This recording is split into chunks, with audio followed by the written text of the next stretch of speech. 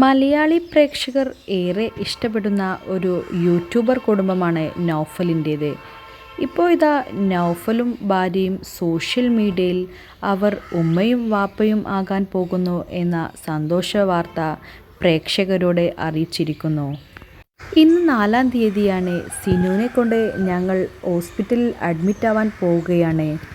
4-ാം തീയതിയാണ് ഡോക്ടർ അവൾക്ക് ഡേറ്റ് പറഞ്ഞിരിക്കുന്നത്.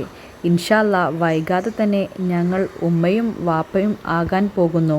എല്ലാവരും ഞങ്ങൾക്ക് വേണ്ടി ദുആ ചെയ്യണം എന്നാണ് അവർ ആരാധകരോട് അറിയിച്ചിരിക്കുന്നത്.